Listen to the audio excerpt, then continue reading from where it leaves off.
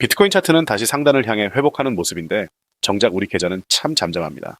비트코인이 6세 4분 달러 선을 되찾는 동안에도 이상하게 제가 가진 알트코인들은 좀처럼 움직이지 않으니 우리 같은 개인 투자자들 입장에서는 뭔가 단단히 어긋난 게 아닌가 그런 생각이 들 수밖에 없는 거죠. 예전 같으면 대장주가 이렇게 바닥을 다지고 살짝 올라서면 다른 코인들도 슬슬 따라붙는 흐름이 많았는데 이번 사이클에서는 그런 공식이 전혀 작동하지 않고 있다는 건데요. 전쟁 공포가 물러가도 내 계좌의 온기는 전혀 없는 이 답답한 상황. 이건 단순히 가격이 안 오른다는 문제를 넘어 시장이 움직이는 규칙 자체가 어느 순간 완전히 바뀌었다는 강력한 신호라고 볼 수 있습니다. 지금 시장을 둘러싼 것이 환경을 보면 미국과 이란의 협상 문제가 다시 수면 위로 올라왔습니다. 미국의 부통령이 이란 고위 대표단과 만나기 위해 스위스로 향했고 핵농축 프로그램과 우라늄 처리를 놓고 60일짜리 협상 국면이 시작된 건데요. 일단 전쟁이 더 커지는 그림이 아니라 협상 테이블이 열렸다는 점에서 시장은 한숨 돌린 상태입니다. 하지만 한쪽에서는 이 협상으로 가면서도 다른 한쪽에서는 원유 수송로인 호르무즈 해협을 건드리는 불안이 함께 깔려 있잖아요. 유가와 공급망을 흔들 수 있는 불씨가 여전히 살아있기 때문에 자금의 흐름이 과감하게 퍼지기가 어렵고 투자가들이 훨씬 더 까다롭고 영리하게 움직이고 있다는 뜻이죠. 이런 변화에 대해 크립토컨트의 주기영 대표는 아주 냉혹한 진단을 내놓았습니다. 비트코인에서 알트코인으로 흘러가던 자금의 순환 공식이 사실상 사라졌다는 건데요. 과거 강세장에서는 비트코인이 먼저 오르고 그 수익금이 이더리움과 대형 알트를 거쳐 중소형 코인으로 번지는 이른바 알트 순환매 구조가 있었잖아요. 하지만 최근 데이터를 보면 주요 대형 코인들을 제외한 비트코인 마켓 내 알트코인 거래량이 2021년 이후 가장 낮은 수준까지 내려왔습니다. 투자자들이 비트코인을 팔아서 작은 알트코인을 사는 흐름이 거의 말라버린 상태라는 거죠. 대장주가 차지하는 비중인 비트코인 도미넌스도 58% 후반에서 단단히 버티며 돈이 대장 쪽으로만 쏠리고 있습니다. 실제 숫자를 보면 더 명확해집니다. 비트코인과 스테이블코인, 즉 달러 가치를 고정해 놓은 안전한 가상자산을 제외한 나머지 시장 규모 중에서 상위 10개 알트코인이 무려 80%를 차지하고 있습니다. 돈이 넓게 퍼지는 게 아니라 소수의 대형 자산으로만 빨려 들어가고 있다는 의미죠. 시가총액이 10억 달러를 넘는 알트코인의 수도 과거 100억 6개에서 현재는 절반 아래로 줄어들었습니다. 예전에는 장이 좋아지면 항구에 있는 배들이 다 함께 떴지만 이제는 큰 배, 검증된 배, 실제로 짐을 싣고 다니는 배들만 떠오르는 장으로 바뀌고 있는 겁니다. 이름도 낯선 자코인을 잘못 건드리면 정말 큰일 날 수 있다는 뜻이기도 하잖아요. 그렇다면 빠져나간 돈은 어디로 가고 있을까요? 사라진 게 아니라 갈 곳을 바꿨을 뿐입니다. 이제는 단순히 이야기만 그럴듯한 코인의 힘이 약해지고 실제 사업과 연결된 분야로 돈이 모이고 있습니다. 대표적인 분야가 바로 실물 자산을 블록체인에 올리는 RWA, 즉 실물 자산 토큰화 기술과 실제 수익을 만들어내는 디파이 금융, 그리고 스테이블코인 네트워크입니다. RWA라는 것은 쉽게 말해 실제 부동산이나 국채 같은 안전자산을 디지털 증서로 만들어 블록체인 위에서 거래할 수 있게 만드는 최첨단 기술을 뜻하죠. 앞으로의 시장은 살아남을 카테고리, 즉 실제 결제와 정산 인프라를 갖춘 자산만 더 세게 가는 장이 될 가능성이 큽니다.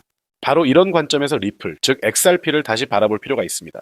가격표만 보면 1달러 초반에서 지루한 흐름이 길게 이어지고 있어서 들고 계신 분들의 피로감이 엄청날 텐데요. 하지만 장부 안쪽에서 나오는 데이터는 전혀 다른 모습을 보여주고 있습니다. 리플의 자체 장부인 XRP 레저에서 스테이블코인 전송 활동이 최근 30일 기준 51억 1천만 달러에 도달했고 이는 한 달 전보다 22% 넘게 늘어난 수치입니다. 단순한 커뮤니티의 기대감이 아니라 장부 안에서 실제로 엄청난 규모의 자금과 토큰화된 자산이 활발하게 오가고 있다는 것을 데이터가 증명하고 있는 거죠. 이 흐름의 중심에는 리플이 만든 스테이블코인 아렐루스와 온도 파이낸스의 당이 미국 국채 펀드가 있습니다. 아렐루스는 제도권 규제에 딱 맞춰서 자금 흐름을 만들어가고 있고 온도 파이낸스의 미국 국채 펀드는 리플 장부 위에서 존재감을 크게 키우고 있거든요. 실제로 이 국채 펀드는 같은 기간 동안 2억 6천만 달러 규모가 오가면서 아주 강력한 실물 자산 연계 인프라로 자리 잡았습니다. 시장이 실제 유동성과 실물 자산 연계를 가장 중요하게 보기 시작한 만큼 리플 네트워크는 이미 그 핵심 카테고리 안에서 누구보다 활발하게 돌아가고 있다고 볼 수 있습니다. 여기에 더해 전통 금융권에 아주 의미 있는 리포트도 나왔습니다. 홍콩 금융통화연구소가 내놓은 공식 워킹 페이퍼에서 XRP는 실제 결제와 정산 시스템 안에 토큰이 녹아 들어가 비용을 낮추는 이른바 토큰 인베딩의 대표적 성공 사례로 언급되었습니다. 과거에는 가상자산의 활용이 실험적으로만 보였지만 이제는 디지털 경제의 일반적인 방식이 되었다고 제도권 연구소가 인정한 겁니다. 이것이 당장 내일의 가격 폭등을 보장하는 것은 아니지만 XRP의 진짜 쓰임새가 단순한 투기 자산이 아니라 제도권의 공식 언어로 해석되고 신뢰를 얻고 있다는 중요한 신호로 봐야 하죠. 리플의 지갑 분포를 보면 재미있는 사실이 있습니다.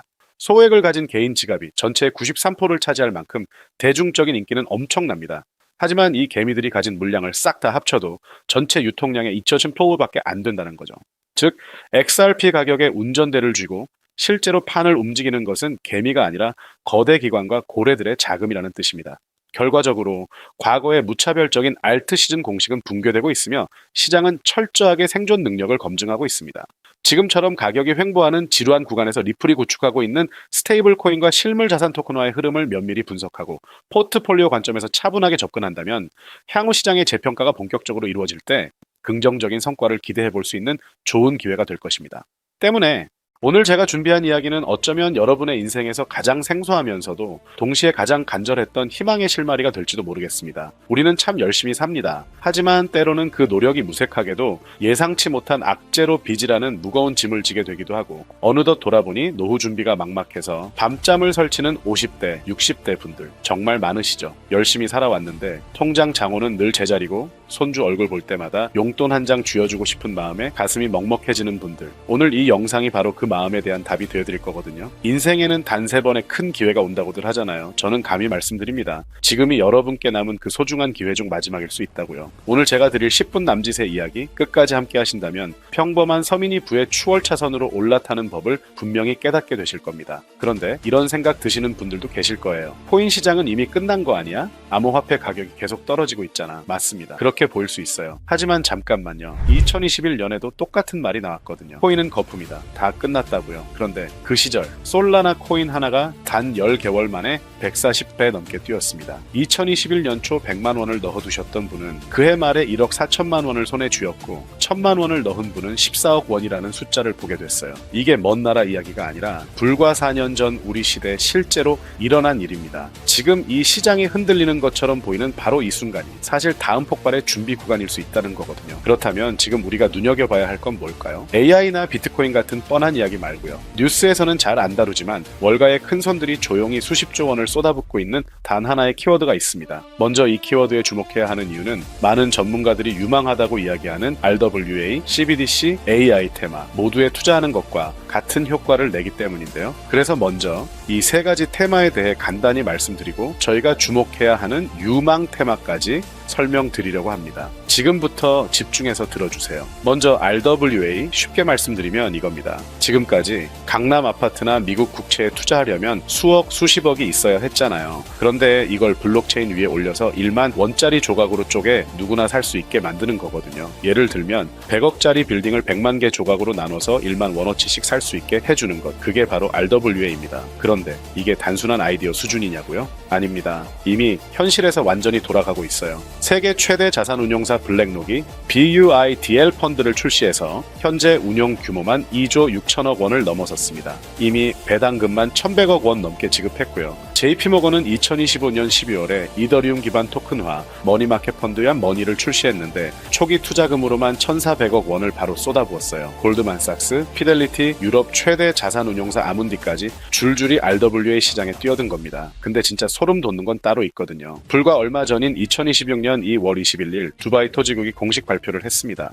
두바이 부동산을 블록체인 위에 올려서 누구나 조각으로 살 수 있게 하는 2차 거래 시장을 정식으로 열었는데 이게 무려 1조 8천억 원 규모의 토큰화 계획이에요. 실제 건물, 실제 땅이 지금 이 순간 블록체인 위에서 거래되고 있다는 겁니다. 먼 미래 이야기가 아니에요. 지금 일어나고 있는 현실입니다. 숫자로도 봐드릴게요. 2022년에 약 6조 원이었던 RWA 시장이 2025년에 무려 40조 원을 돌파했어요. 3년 만에 7배가 넘게 커진 거거든요. 그리고 전문가들은 2030년까지 이 시장이 최소 1,300조 원에서 최대 4,000조 원 규모로 폭발할 거라고 예측하고 있습니다. 다음으로는 AI 테마인데요. AI가 이제 사람 대신 투자 결정을 내리고 자산을 자동으로 사고팔고 24시간 금융 업무를 처리하는 시대가 오고 있거든요. 실제로 지금 글로벌 헤지펀드들은 이미 AI 에이전트가 수천억을 자동으로 굴리고 있어요. 앞으로 AI가 금융시장을 움직이는 비중은 더 커질 수밖에 없고요. 세 번째 CBDC입니다. 지금 전 세계 130개 나라가 디지털 화폐를 연구하거나 이미 발행하고 있어요. 종이 돈이 디지털 화폐로 바뀌는 거거든요. 미국 달러,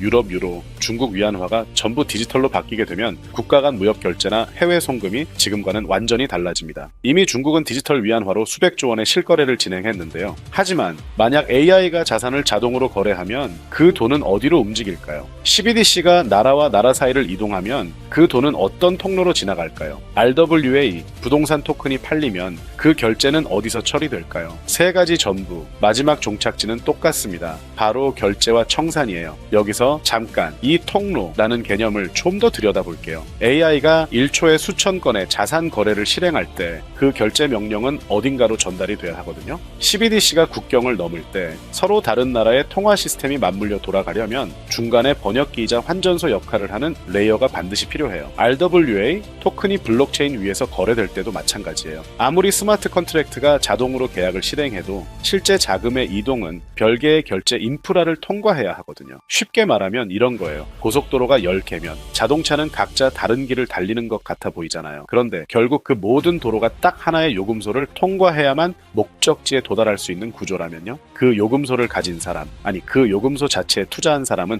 어떻게 되는 걸까요? AI 트래픽이 늘어날수록 통행료 수입 증가하고 CBDC 거래가 활발해질수록 통행료 수입 증가하죠. 또한 RWA 시장이 커질수록 통행료 수입 증가하는 것처럼요. 따로따로 베팅할 필요가 없는 거거든요. AI에 투자하려고 엔비디아 공부하고 CBDC에 투자하려고 각국 중앙은행 정책 공부하고 RWA에 투자하려고 부동산 토큰 시장 공부하고 이걸 다 따로 할 필요가 없어요. 그 세 개의 메가 트렌드가 모두 반드시 지나쳐야 하는 인프라 딱 하나에 올라타는 순간 AI에도 RWA에도 CBDC에도 동시에 투자하는 일석삼조의 효과가 자동으로 따라오는 거거든요. 어떤 가게가 입점하든 상관없이 건물주는 매달 임대료가 들어오는 것처럼요. AI라는 가게가 잘 되든 CBDC라는 가게가 잘 되든 RWA라는 가게가 잘 되든 그 건물 자체를 가진 사람한테는 결국 다 돈이 들어오는 거거든요. 세 트렌드 중 뭐가 먼저 터질지 맞출 필요가 없어요. 건물에 세입자가 들어오는 순간 그냥 이기는 구조니까요. 이게 바로 오늘 제가 말씀드리고 싶었던 핵심 포인트입니다. 아무리 AI가 똑똑해도